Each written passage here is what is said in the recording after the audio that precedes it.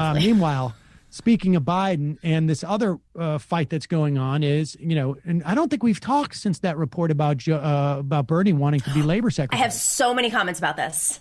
Ready for it. Okay. Please. I did an interview over the weekend with Harvey K, where we were just chatting about it, and they're like, well, let's do an interview. So it's on patreon.com / the Nomiki Show. It's really good because he brings in a historic context to this. Listen, we're just talking about the leadership makeup of Congress, and the Senate is even worse. Robert Reich notably talked about he was being caged in when he was labor secretary under Clinton. You want to get rid of the most powerful voice, progressive voice in the world, who can be political. Like, he has a campaign account in which he can send out emails on behalf of candidates. He can put out media that is political, that's not out of his Senate office. He can have his Senate role inside, and he can have his political role outside, continuing that, because he's built a massive movement, obviously. You put him in the labor secretary role, that's all gone. Not only is his voice in the Senate at a time when we really need to have bold progressive initiatives and voices leading the charge, because we know nobody else is going to pick up where he left off. Elizabeth Warren might a little bit, but I don't know. Why on earth would you put him in and not only that, most labor leaders don't like Bernie. There are a few, but most of them don't have a great relationship with him. So just I just think it's a horrible move. There are plenty of people who would be extraordinary labor secretaries. Really, there are. But Bernie Sanders, removing him from the Senate, when we just start to build power and we actually can push the Biden administration and we can push Schumer, and he has this massive online, he's educating people through his videos still on the political side. I just don't see it. I think it's a horrible move. And if you look back at history and listen to Harvey K., he agrees. I don't know if I agree. Okay. Only because I would imagine that if he does go into labor as labor secretary, he would do so under certain terms, right? Now, maybe he's not in a position to get those terms, and maybe he doesn't do it. But I keep thinking about Francis Perkins, and sure. Now, granted, the relationship between FDR and Francis Perkins was different. FDR exactly. pulled her in and this and that, and I agree in terms of Robert Reich. But one of the reasons why it was easy to cage in Robert Reich is because who's Robert Reich? Right. When he comes in as labor secretary, who's Robert Reich? One of the reasons why it would be difficult to cage in Bernie Sanders is because everybody knows Bernie Sanders. And that, his ability to be a name in that position, I don't know. And we should also say, listen, just before we go any further, we should also say that Governor Scott, is it in Vermont, has pledged to appoint a independent Democratic caucusing replacement for him in Vermont. So we don't lose that Senate seat as it was.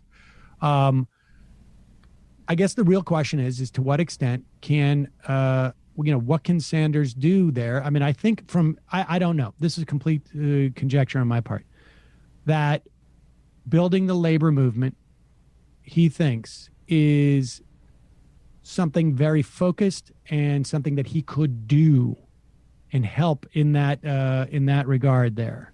And to do that it's like one of those things where if you build a labor movement, you strengthen labor in this country, that becomes, in some level, it's like I think the idea is he's going in and building the tool, right? Like one of the things that you learn when you start to do amateur hack woodworking is that building jigs is like the most important thing you can do. Like where you build essentially tools to build the stuff that you're building. And when you figure that out, all of a sudden how to make everything easier to make. I think that's the theory behind it. I don't know. It sort of really depends on what the deal is, right? Like what his portfolio is. The resources that you have might be pretty big there. I don't know. I mean, he may have a sense like if he was labor secretary, he could do X, Y, or Z, which he thinks would have more impact than just being a voice, because, he's done that voice. I don't know. But he's not just a voice. This is a voice now that has movement behind him. He's even just the function of his list in fundraising for candidates gets candidates elected. Like when he endorses somebody, it helps get candidates elected. And we are on the precipice of actually... Can he not do that as labor secretary? He can't as labor secretary. Why? The Hatch Act? Off limits. You can't do... Well, come on. We're not the Trump administration, hopefully. I mean, but, of all people to violate that, it's not Bernie Sanders. He can't do political work. And I just think, it's such a huge bet. The neoliberals have proven to the Bernie movement, to Bernie himself, that they are not honest in their negotiations. Yeah. So why would he put his entire career at a moment where he's done so much work, inspiring others to run, getting folks elected, educating a generation, going around the country doing rallies, nonstop? That's stuff he loves to do. To cage him into an administrative role. I mean, he knows what he's, does he? I'm not really, sometimes he cuts these deals with people. Sorry, Bernie. And I just say, where's the politics here? Do you here? think he's not interested in doing it? I mean, I don't know if that story is true or not, but it's not. It's Politico, so I don't really, the person who wrote it is not the most honest figure. True story, but I got to think if he wants to do it, he knows what he's doing. But let's take a phone call first, shall we? There's also a story about they're floating Gina Raimondo as Treasury Secretary, but I think it's like one of those things where we're going to offer you the worst possible person, so you accept somebody who is subpar. A little bit, yeah. Calling from a 215 area code. Who's this? Where are you calling from? Hi, Sam. Hi, Nomi. How are you? Hello. Hello. Hi, Mindy. Mindy. Sam, I got to tell you, hi. My area is really turning, but something's going on in Bucks County. I don't know what it is, but traditionally, the houses that seemed like they used to be Trump supporters now have signs on their lawns that say Biden and then support the Northampton police, which is a big stretch. Interesting. Plus, what? Hey. Why are you laughing at me? Well, I'm laughing because it's a stretch. Wait, they're the same house? Yeah, the same house. That's amazing. Support the police, which is traditionally a Republican house. Right. And they're Biden signs. Hey. Like next to each other. They're not even on opposite ends of the lawn. They're like next to each other. But there's a lot of that. It's not like it's in one or two houses. It's like it's in a lot of houses. And the girl behind me, the Trump supporter that's running for the legislative position, the state rep, she won't put any Trump signs out on her lawn. She's got nothing. And they're like bombing her, like on TV, like her and Brian Fitzpatrick. I think they're going to flip the Brian Fitzpatrick seat. I don't know. It's going to be tough. But you drive around here and all the big Trump signs that they put, remember I sent you that one, Sam, where they had the big red circle with the line in it? It's all over the township.